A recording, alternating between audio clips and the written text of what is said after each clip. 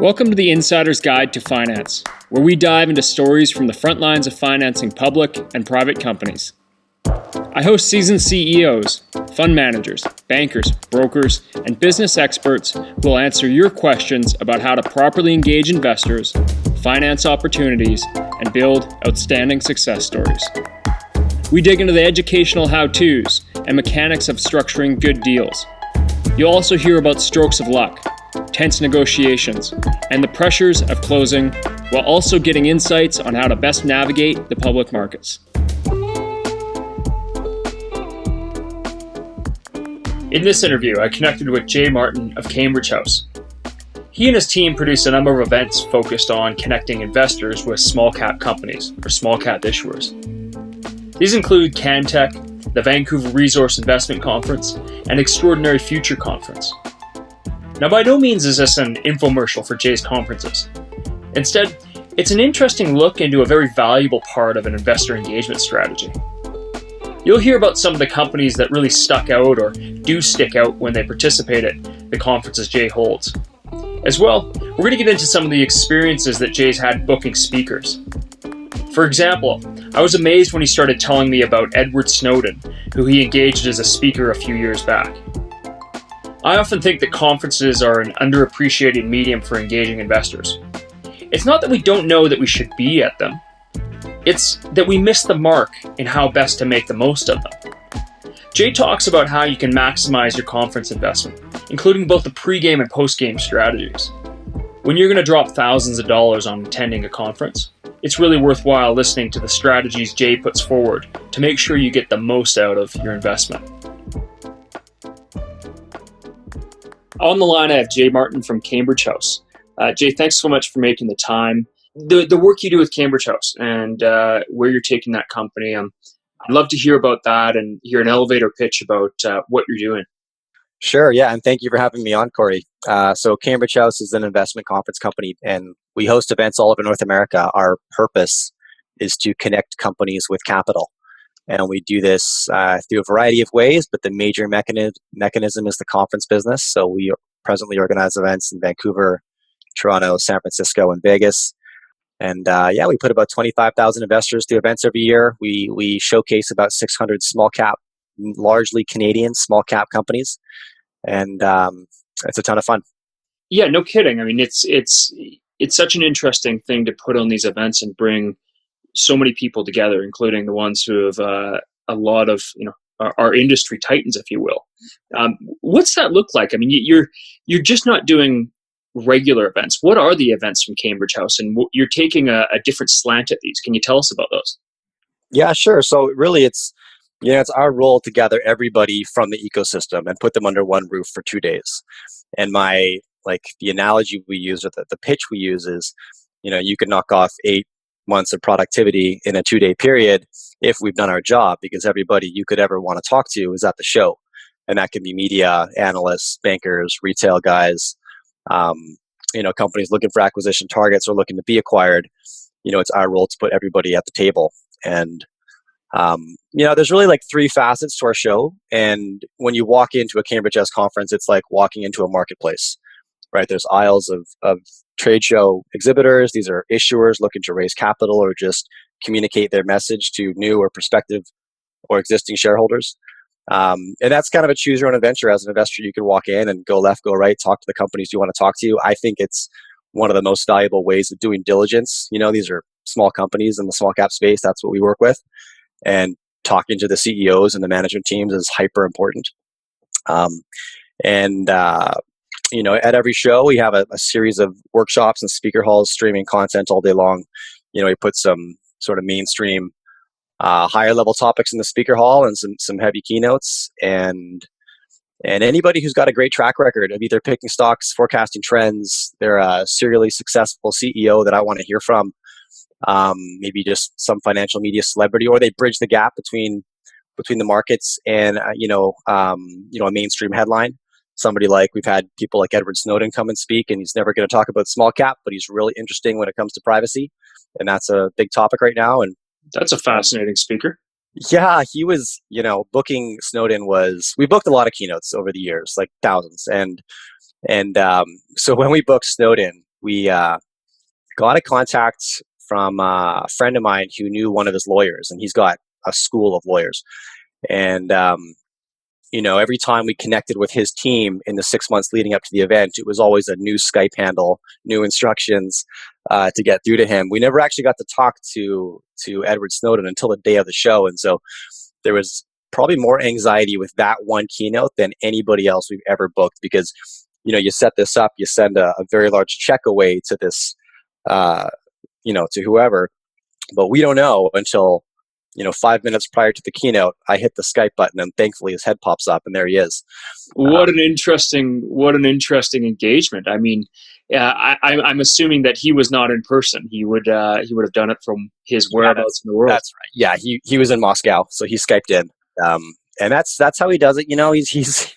He's smart. He's booking 1 or 2 events per day right now, where he was, we booked him 2 years ago, and he was very busy. His ticket's not small, and I think he's building up a war chest. He knows he's going to need it. A very impactful presentation. He's incredibly smart, and he could lose us all down a rabbit hole on every question we asked him, but he didn't. He stayed quite high level and understood he was talking to an audience that was interested in investing in Canadian technology. And so he kept on tying back to products like BlackBerry and relevant pieces of news.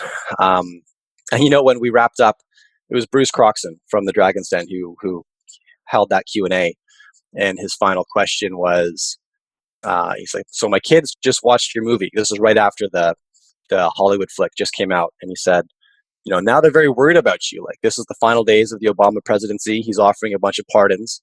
Are you expecting that phone call?" And he got very somber and said, "Look, I made my decision. I'm never going to get that phone call. This story has a bad ending for me. I know that, but I'm happy with the decision I made." And the whole room you could feel the weight, of his words. No kidding. Yeah. Awesome keynote for sure. Wow. Now, the purpose of the podcast, the purpose of the interviews that I'm doing here is to help small cap CEOs of public and pre-public companies maximize their work in engaging the market. And conferences are part of this. I want to get back to that because I know you've got some great intel there about how companies can make the most out of working with or investing in your events. That said, what other guests have you brought on? And I mean, there has to be some other stories you hear out there, like Snowden. I mean, that carried some weight. Yeah, there's really 2 types of keynotes that can carry the show. We always have a stable. I don't want to call it a stable, but like a selection of niche industry small cap speakers who are picking stocks or talking about trends, and they're really in the weeds. But every conference needs to have a few features, and there's kind of 2 kinds, Cory, that we can pick from. And then the first would be somebody like Snowden, where he's an international celebrity. He costs a fair amount of cash. People know who he is. His story is never going to directly relate to the small cap space. He's never going to recommend, a stock or even an industry to look at from an investment perspective. But they turn heads, right? And in the past, we've had people like when we first launched our CanTech investment conference in Toronto, and this was in 2013.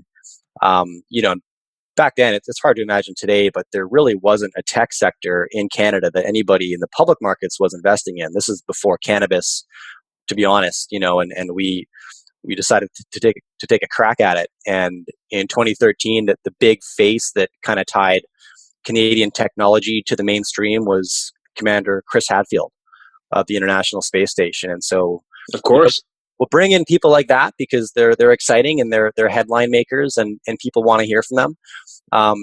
But what's far more exciting to me is finding the people that aren't. They're kind of bridging that fringe to famous, right? They're on a working in the industry that hasn't quite hit headlines yet, but it may in the next 12, 18 months. And we look for people that are aligned there, presently that would be, we're looking at, maybe 12 months ago, we were looking very hard at the esports space, having a feeling that was going to pop. We had a feeling people were going to really want access, and people didn't know much about it. The scale and the numbers in that sector are just bananas. And so we'll look for people who are just leading the charge in these emerging sectors, and they're easier to get access to, generally more flexible to work with, far lesser known, so you don't get the ticket sales off them. But and from a content perspective, that's who I want to hear from, right? We're hosting a lot of content right now in these kind of like fringe emerging sectors, everything from quantum computing through to like psychedelic uh, therapies for mental health issues. There's some really cool stuff happening. That's right. And it makes me think that the work you do, you have to, the same way picking stocks and picking industries or sectors to be investing in, you've got to keep your eye out there for trends. And Yeah, that's what struck me when I started looking into the events you do. And let's talk about the events right after this. But for example, looking at psychedelics and what's happening there, or taking a bet on the e-gaming space and investing in what should become, I would assume, an ongoing event. You're making bets the same way stock pickers are. yeah, and you can get hung out to dry with with that stuff. Psychedelics is a great example, right? We're a small cap investment company. We showcase prime opportunities to retail and institutional investors, and we help small cap companies connect with capital. And so when we build a feature around psychedelic plant medicine, when I assemble something like this, you never know if you're going to get completely hung out to dry, and people are going to think, what are they thinking at Cambridge House these days? Um, but sometimes you win, and psychedelics ended up being, we had a big feature last September in Vancouver. We hired this speaker named Hamilton Morris. He's got a program on Viceland called Hamilton's Pharmacopoeia. And he's like a pseudo chemist, but he's very, very up dialed in on kind of four main psychedelics that are being used commercially to treat mental health. And he ended up being the number one keynote that was in demand for follow-up meetings. I got flooded with more responses for Hamilton than anybody else. And honestly, that's like, it's the best part of the job, right? Is, every morning I get to spend a few hours just digging through content, finding things that pique my interest, because I know if suddenly I'm becoming consumed by something, I know many other people are. I'm not creating the trends. I'm just catching on to them. So, yeah, it's awesome. Lots of fun. No kidding, yeah. And where do you look for these, or where's your eye at? Where are you going to next? Yeah, it's all over the map. I subscribe to tons of newsletters, listen to lots of podcasts. If you have a voracious appetite for learning and just like to discover new things, then the conference business is a good business. Very cool. Now let's talk about some of the events. Cantech is, one of your cornerstones, but you're doing some other exciting things. Let's talk about them. It's always changing. We have a few flagship events like the Vancouver Resource Investment Conference, the Cantech Investment Conference. And, after 4, 5, 6 years, you become quite confident in the future of the event. But as you know, Cory, in the small cap space, things can change in 6 months, And so what we do this year doesn't necessarily dictate what we're going to do next year.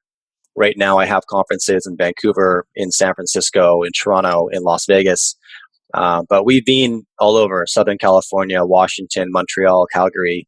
The list goes on. And it's really up to us to forecast as accurately as we can where there's going to be interest in which sectors, right? We used to have a booming mining conference in Calgary and another one in Toronto. Since 2013, there hasn't really been the interest. And I think it's going to come back, but it hasn't come back yet. And so it's, you want to put the right opportunities in front of the right investors. And so, I love Vancouver as an investment city. It's a strong retail audience. They take big risks. They're comfortable investing early stage. They get a variety of industries, right? We've got mining. It's been decades of us understanding the mining sector, but more recently, very thoroughly involved in the cannabis sector, launching new industries in the tech space. And it's just a very active and curious investment community in Vancouver. So I love it for that reason, because we can put companies in Vancouver that are far more early stage, far less defined than we can in other cities. Toronto's a bit of a different market, right? It's Bay Street, it's bigger money. And generally speaking, we need companies that have a bit more of a solid foundation before we'll put them in Toronto. And we don't have like quantifiable metrics that say this company qualifies, this one doesn't, because I've got 600 or so small cap clients, and I'll never know any one of those deals as well as the CEO does. So it's their discretion, but we definitely have to play to that market for sure. When I look at our markets, and Toronto is a part of it, but you do make a good point. Bay Street tends to to invest in higher level deals. And the West Coast being Vancouver, and I'd like to say Calgary, or Western Canada, we have a very interesting ecosystem when it comes to public venture capital and venture deals. And it's really interesting to see the international interest come in more and more. And I think we can partially thank the cannabis space for reviving that. But that's, it's a big part of what I'm looking to champion, is the fact that we have this incredible ecosystem for raising capital and building companies.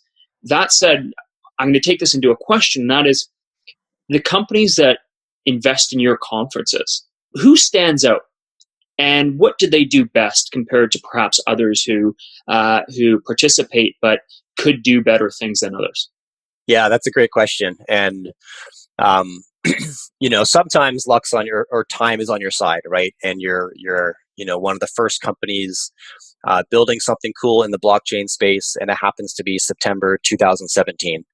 And you're the belle of the ball because of circumstance, right? And you got there first, and investors are really keen to hear what you have to say. But it's far bigger than that. It's what I recommend to companies engaging in trade shows is that it's not a passive form of advertising, right? And it's not enough to rely on your financial statements to tell your story, right? You're live, and there's a few things that every company should know, I think, because I've been to 30 conferences a year for the last 7-8 years, and I've seen it done right and I've seen it done poorly, and it's not rocket science. There's a really simple formula to make yourself stand out. Often it's the first impression of you getting in front of shareholders or prospective shareholders. And so things I recommend are that location matters, right? If you're going to book into a conference, have a look at the floor plan prior to making that phone call, and try to find some key features like, is there a food court or speaker hall entrance? Like, find out where the high volume areas are going to be, and get in there. And if you ask for those locations, you'll probably get them. Almost all conferences book on a first come, first served basis. There's generally first right of refusal for renewed companies, but getting there first, being proactive with your selection, ask the company where's the best spots, and then ask them why. Like, why do you recommend here? Why do you recommend there? Get options. It's worth taking a look at that. Location, hey? 100%. It's like a 2-day pop-up shop, right? It's retail, man. That's what it is. And yeah, it does make a difference. Beyond that, like, you're representing your culture and the energy of your company. And so I always tell companies, the more people you can bring, the better. And that can be somewhat cost prohibitive. If you're based in Vancouver and you're doing a show in London, it doesn't always work, but you can always hire on the ground temp staff. The reason is that if I'm walking past the booth, there's going to be a different level of energy at each exhibit. And that's going to catch my eye and engage me, right? And I love it when I see a company that showed up and they've got 5, 6 people in their booth, and they're positioned smartly. They've thought about the strategy, right? They've got maybe the executives inside and some investor relations representatives standing out in the corners and in the aisle. They look professional. They're well organized, and when you look inside, you're like, there's it's almost like a mini party in there. The energy's high. Everyone's engaged. They're on their feet and they're working, right? Branding matters. Consider how you look. Like, you don't have to go all out with uniforms and everything. I don't recommend that, but consider your appearance, because it's the first impression that people are going to notice. And are you dialed? Does the whatever decos you've got in the booth, if it's just your booth setup, your pop-up banners, your tablecloth, maybe some company swag, but it's important to consider, how you look. And then, It's unfortunately, it seems budgets are always such a concern for small cap companies, and understandably, right? When approaching these things, have you seen companies be able to do a bang up job on a shoestring budget? 100%. And what's that look like? Yeah, it's that difference between being on your feet and engaging with everybody. People may only walk past your booth once, and too frequently I'll walk up and down an aisle and I'll see a company with 1 or 2 people just sitting down on their iPhones, right, in a busy aisle in front of them. And I'm not going to tell anybody how to run their business, but it's a finite amount of time. You've got 2 days. It's my job to pack it full of investors. If I've done my job, it's your job to communicate with them. And it's actually quite frustrating when we see a client that's just absolutely disengaged, on their iPhone, sitting back. I'm not quite sure what the approach was. You don't have to spend a boatload. You don't have to build infrastructure. You don't have to do that stuff. It's got to be approachable. It's a conversation platform. That's what we have. And if you're willing to step up and just introduce yourself and shake as many hands as possible, that's what you should do. Is there more to that formula or the strategy that goes beyond the presence there? How else can companies make the most of these events? The foundation is the trade show, and when an investor walks in, that's what they see. But the more conversations that I can curate and coordinate, the better. And so, we assemble features like we have our conference deal room, and this was something we launched about 3 years ago. It's essentially just a one-on-one meeting concierge in the middle of our floor, and it started as a bit of a sideshow, and now it's become a conference within our conference. At the Vancouver Resource Show in January, we had over 1,500 one-on-one meetings booked between issuers and investors, and we don't charge for this service, right? It's complimentary. Anybody who books a trade show booth gets a login prior to the conference. They can peruse the menu of investors who have signed up, send out requests for meetings. What blows my mind is that the list of investors that signs up is always quite healthy. We ensure that we market this fiercely to our investor population to make sure the investors are signing up and are engaged to maximize their time.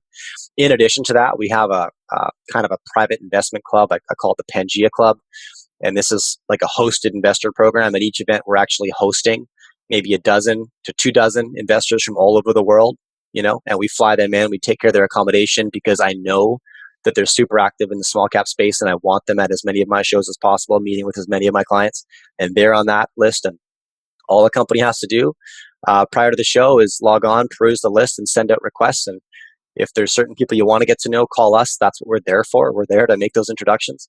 What blows my mind is that we maybe have 70% engagement at our events with on the issuer side. And so that's what I would say is take advantage of any of the add-ons that are available to you, because there's often services like that we stick out, and the more you put in, the more you get out. It's the same. Why do you think that is? I mean, it's a big investment to be there, and you've got these tools. I imagine, like you say, you market them heavily, and you want these. It's in your best interest to make sure everyone's engaged. But what are companies missing when they don't engage at that level? Well, there's probably a number of reasons. And I mean, it could be as simple as prior to the show, your schedule was jammed and you missed a bunch of emails and didn't get around to it. It's, probably happens frequently. And in addition, though, Cory, in our sector, there's so many passive advertising options, right? Where you sign up for a campaign, they write some articles, they send out some emails and post some banner ads, and you don't have to do anything, right? You just write the check and hopefully your story is told. And conferences are not passive like that. It's in your best interest to be active and step forward and have those conversations. But it could be that there's so many passive advertising options in the industry that's the practice people are used to. I get you. Yeah. Well, I mean, it's no doubt that it can be such a powerful tool, but I think as you say, it's 2 days of going hard and being approachable. I didn't actually think about location. I mean, if you're really going to do it right. Any other final points there that you think potential companies can make the best out of those conferences? Amir Adnani is a CEO who comes to mind right away. And whether Amir has news coming out or not, he goes all in at these events. He takes advantage of every opportunity. He's in the deal room all day long. He books speaking sessions so he can be on stage driving traffic back to his booth. Prior to the show, his companies, whether it's UEC or, they're sending out promotion, inviting their shareholders to come down to the conference and meet with them so they can connect again. He's very strategic when he books into a conference. His campaign starts a month or two prior to his presence, and the presence is like he's run off his feet at the end of the 2 days. He doesn't stop, and as a result, he does very, very well. He's almost become like a keynote draw for us. When Amir's on stage, the room's always jammed, and like I said, whether or not the price is up, it's him. He understands that and works very, very hard at it. So there's always examples like that. You can see at our conferences, people that have got it figured out and do an amazing job. That's awesome. Okay, I mean that I think that's a really good way to sum it up. And just for clarity, which companies is Amir leading? Right now, Uranium Energy Corp and Uranium Royalty Corp. Okay. Hey, sorry if I put you on the spot. No, it's all good. Awesome. Do you have any specific CEOs or speakers who really stand out for you, and perhaps more the CEOs than some of your out of industry speakers? What CEOs really stand out for you?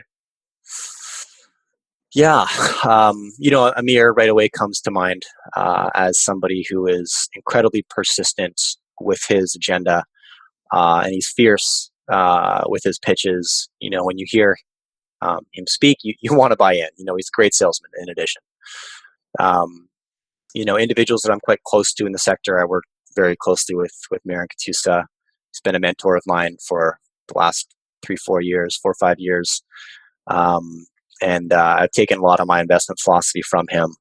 In the tech space, guys like Scott Larson, an amazing entrepreneur, founded Earthcast, founded Helios Medical. He's about to launch new projects that we're all going to hear about very soon in Vancouver in the ride sharing industry. In the tech sector, he's one guy that all I need to know is that Scott's involved and I'm in, right? And we all know there's some real heavyweights, people like Ross Beatty and Friedland, and yes, if they're launching a new project, for sure I'm paying attention, but I'm more interested in what Jordan Trimble is doing, right? A younger CEO who's maybe 31 years old, hasn't had a colossal win yet, but I am absolutely certain he's going to. And is that Delta 9? Sky Harbor Resources. Oh, excuse me, Sky Harbor. Okay. And I've been a shareholder of his for probably 7 years. And it's what I like about Jordan isn't necessarily uranium. That's what Sky Harbor, but it's not. That's not why I invested in Jordan. It's because of Jordan. And you have a conversation with him. You find out how he's built himself up and surrounded himself with incredible mentors. Like he's forward thinking. He's thinking long term in this industry. He's looking for a 40-year career in the capital markets, and his network reflects that, right? He's got a stable of mentors that have done it right and that are now mentoring him, and that's what I'm betting on. So, Steve DeJong, Brian Pace Braga, another guy that you want to be close to. You want to watch what he's doing. Captivating CEOs, amazing entrepreneurs. Yeah, and like you say, great stage presence. And when to reflect on Amir, for example, you say he gets up on stage and he's got that presence or that power, and is selling, right? I think it's oftentimes CEOs underestimate and underprepare for getting on the podium and giving a room a pitch. I mean, you got to sell. I've seen Amir screaming at the audience from the podium. Wow. It's very, he's very energized. That's awesome. Yeah. And then if that's one other thing that came to mind is, we touched on it briefly, what are you doing pre-show? And then what are you doing post-show? The conference is a 2-day period and there's lots of opportunity there, but 2 weeks in front of our events, the keynote speakers are putting out content, promoting their appearance. They want to fill the room. And every once in a while, companies act like that too, and it shows. When they get on stage, the city's heard about it, right? Their booth is packed, right? Their meetings are booked, because they've been thinking about this for a month prior. It wasn't just the show's on the 22nd. Okay, so we'll get our stuff together on the 21st, and then we'll wrap up on the 24th. We'll go on to the next thing. It's okay. Then did you follow up with those leads, right? Like, man, all right. You've got the kind of the preparation for the conference, and then you've got you've talked about the strategy of being at the conference, just maximizing those couple of days.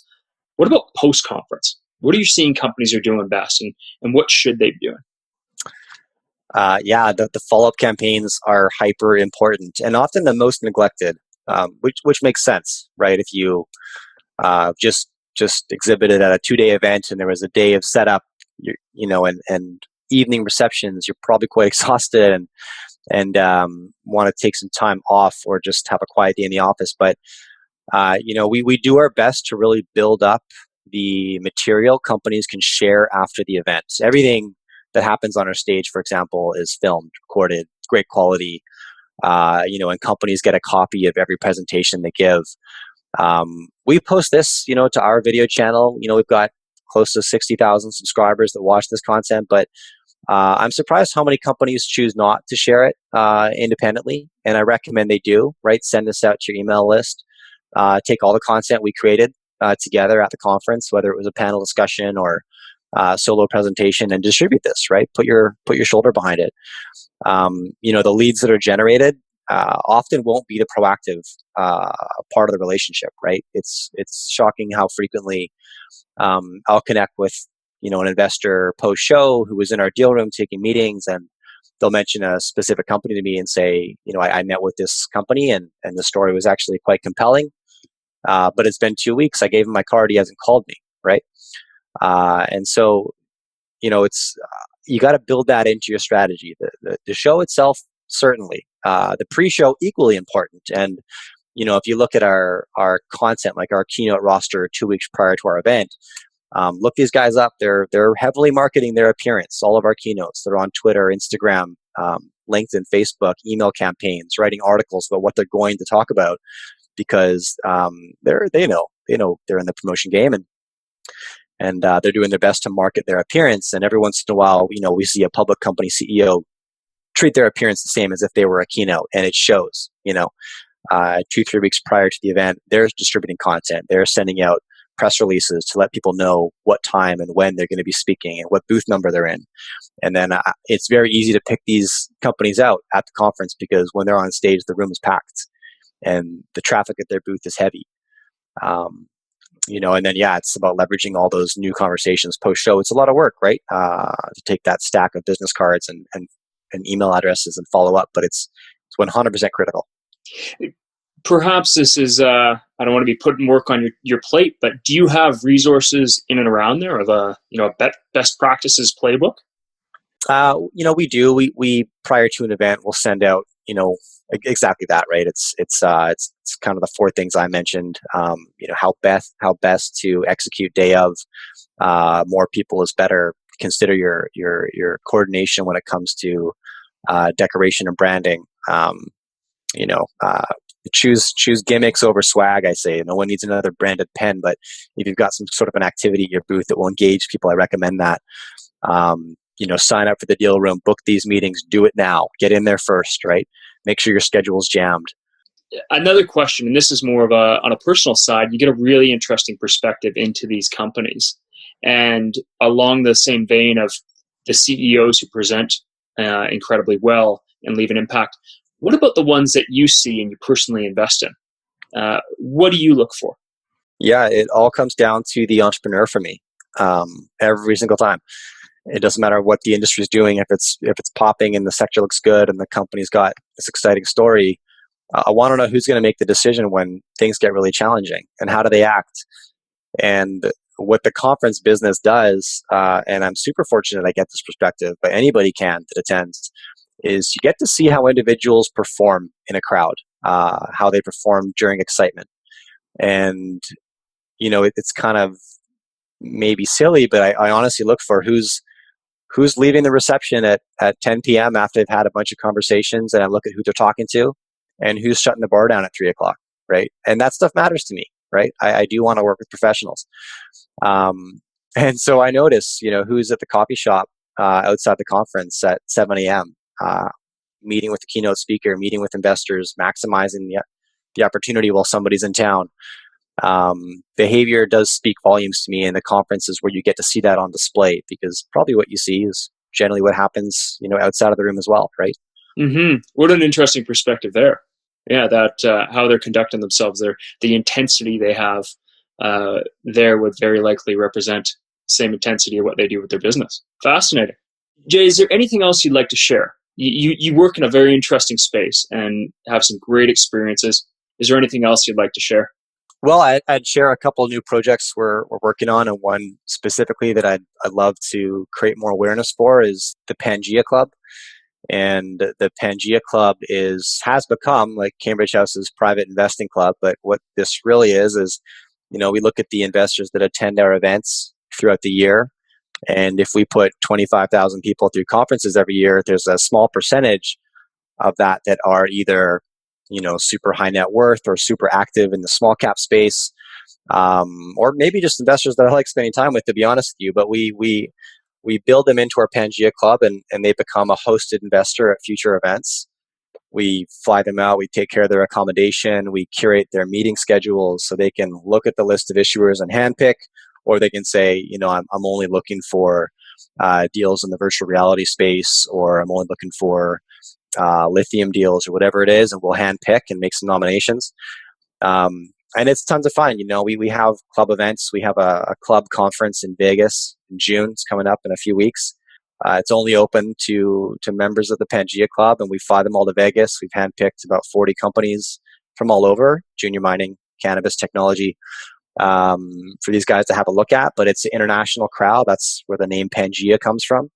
I've got investors from as far away as Argentina and Frankfurt, and as close as Vancouver. But we're always looking for new candidates.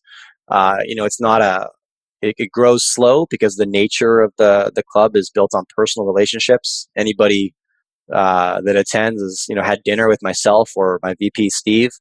I know the CEOs of a lot of their holdings and have done our diligence, so it's an intimate group. But we're always looking for new candidates for sure. So it's a lot of fun, and one of my main focuses right now. That does sound exciting, and that explains the Vegas Preferred Club as one of your upcoming events. Something else we didn't touch on, but I'm curious about and like to hear your points on, is the Extraordinary Future 2019. Out of everything we do right now, I'm most optimistic about the growth of that conference. It's the conference I wanted to build in 2012. And, I really wanted to crack the tech sector back then, and really wanted to do it in Vancouver. In 2012, we were a junior mining investment conference company. We had 10 junior mining. It's crazy to say that, but we had 10 junior mining investment conferences. This is right before or during, the junior mining crash. But tech looked interesting, and I wanted to build it in Vancouver. But after doing some diligence and hooking up with my existing business partner on the CanTech conference, Nick Waddell, he talked me into going to Toronto first, and he ended up being right. It was definitely the better location back then, but things have changed, and Vancouver was ready for this show a couple of years ago. So we launched it in 2017. And this is, it's a couple things. It's a bit of a hybrid. It's an investment conference first. It's 2 days, a lot of small cap focused content, company presentations, and investment gurus. What this conference allows us to do is open up topics that don't have a market yet. We were talking about esports before there was a venture esports deal. We're talking about psychedelics before there's a psychedelic deal, and now there's a handful, which is great because, and this year we're doing major features on technologies like CRISPR-Cas9, genome editing, biohacking, cognition enhancement, lots of health tech focused content that I find to be super enticing. And I think there's markets that are, 1 or 2 years down the road coming. So this event does two things, right? It connects the innovation sector with capital and investors with new opportunities in the innovation space. And then secondly, puts a bunch of technology on display that will impact our lives in the next, 10 years, kind of immediately. It's a ton of fun to build this conference. I love it. And we're back in Vancouver, September 22nd and 23rd at the Convention Center. That sounds awesome. What a neat note to, I think, wrap up our interview here on. And Jay, thanks so much for taking your time. Thanks for sharing some of the experiences and then also some of the how-to tips. Yeah, really appreciate it. Thank you, Cory. Thanks for listening to this episode of The Insider's Guide to Finance. If you enjoyed what you heard, please share this with your friends and colleagues so they can benefit as well. You can also subscribe and leave a review on iTunes or the Play Store. Your support there is really appreciated. For future episodes, if there's a question, topic, or specific person you'd like me to interview, feel free to reach out. You can connect with me on LinkedIn or through my website at creativereturn.ca.